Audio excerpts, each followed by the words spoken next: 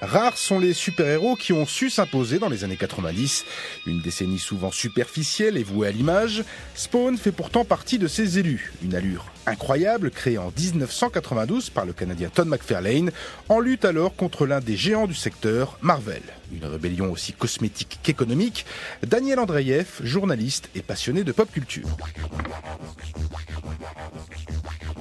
Il était le premier héros d'une compagnie, un des premiers héros d'une compagnie qui s'appelle Image, qui était l'esprit rebelle des années 90, tous des dessinateurs qui se sont rebellés contre la Marvel, qui exploitaient des personnages qu'ils avaient créés. Et alors Todd McFarlane, qui avait passé des années sur Spider-Man, et qui avait créé Venom et voit Marvel se faire énormément d'argent avec ses personnages, il a dit non, c'est bon, on se casse. Et donc ils ont créé Image qui était une société indépendante, et il a créé Spawn qui visuellement ressemble à Batman avec le masque de Spider-Man. Batman et Spider-Man, le mélange est esthétiquement détonnant.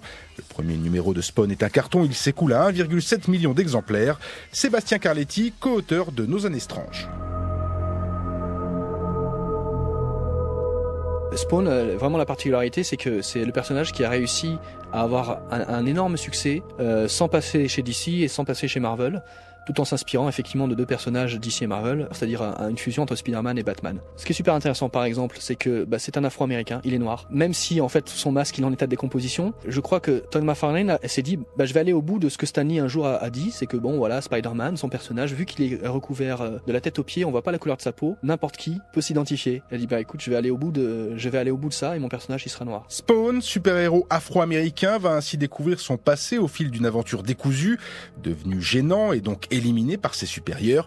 Il était autrefois le lieutenant-colonel Al Simmons. Échoué en enfer, il pactise alors avec le diable dans l'espoir de retrouver son épouse, son foyer, son passé. Il revient alors sur Terre sous la forme d'une créature infernale dotée d'un pouvoir immense, mais sans mémoire. Un super-héros bien de son temps, Daniel Andreev. C'était vraiment l'esprit de l'époque, c'est-à-dire tout était dans l'image. Comme le nom de l'éditeur l'indique, tout était dans le graphisme, et je crois qu'il faut pas en avoir honte vraiment. C'était inévitable qu'il y ait des héros comme Spawn, c'est-à-dire sans but réel, sans vraiment de finalité, avec une espèce de noirceur, et qui traduisait assez bien l'époque des années 90, qui était souvent réputée, peut-être à tort, comme très inférieure en termes de super-héros. Spawn qui connut un tel succès qu'il fut adapté en série animée, et même en film, pour un résultat aussi sombre et taciturne que son héros.